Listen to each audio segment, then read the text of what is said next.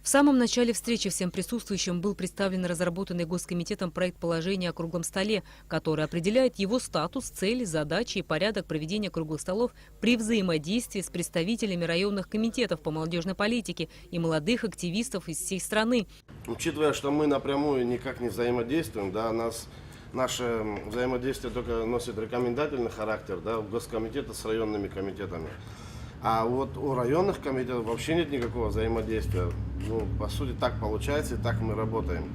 Хотелось бы как раз вот именно благодаря этому круглому столу, этому собранию наладить механизм взаимодействия между всеми комитетами. Теперь подобного рода встречи будут проходить раз в месяц. Предусматриваются и выезды по районам, чтобы непосредственно на месте обсуждать проблемы. Но еще в чем плюс этого заседания, то что мы на следующий год, то есть этот год мы уже каждый сформировали бюджеты, да, районные, но на следующий год мы можем заложить общие мероприятия, которые мы будем проводить масштабно, то есть по всей Абхазии.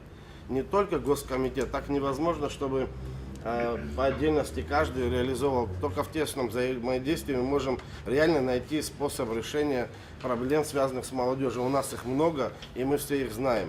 Чтобы понять все проблемы молодежи, нужно чаще выезжать в районы и села, устраивать какой-нибудь досуг, отметил участвовавший в круглом столе депутат Народного собрания Беслан Смыр.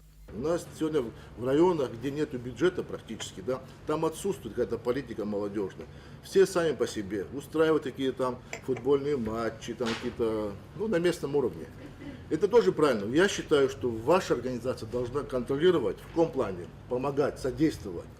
Все проекты Государственного комитета, по словам главы Госкомитета Тимураза Квикискири, нацелены на то, чтобы молодежь Абхазии как можно больше была задействована в масштабных мероприятиях. Госкомитет продолжит проект летнего образовательного лагеря. Из новых проектов планируются фестивали молодежи Абхазии и молодежного кино. Учитывая мою еще вторую профессию как режиссер, провести этот фестиваль. Это будет международный Сухумский фестиваль короткометражного кино. Сюда приедет очень большое количество человек. Уже более 2000 заявок. И эта география расширена до Австралии, Китая, Латинской Америки, Западная Европа. У нас будут проходить мастер-классы для любых желающих. Известные режиссеры России будут проводить мастер-классы. Любой, кто относится к творчеству, кто неравнодушен, пожалуйста, может приходить. Это то, что касается именно вот, кино. И, в принципе, она захватывает культурную часть. Государственный комитет по молодежной политике готов предложить разработку социальных роликов, акций и тренингов, подчеркнул Тимураз Квикискири, затрагивая темы ДТП и распространения наркомании. Акция, будь то мероприятие, что бы ни было.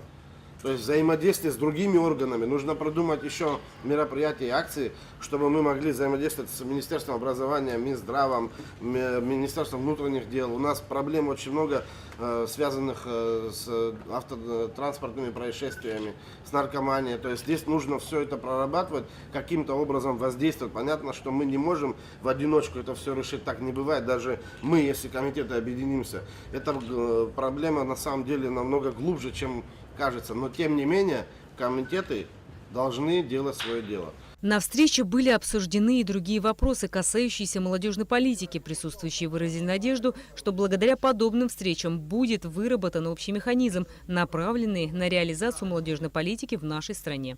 Рената Шакая, Леонид Адлиба, Беслан Джинджоли, Абхазское телевидение.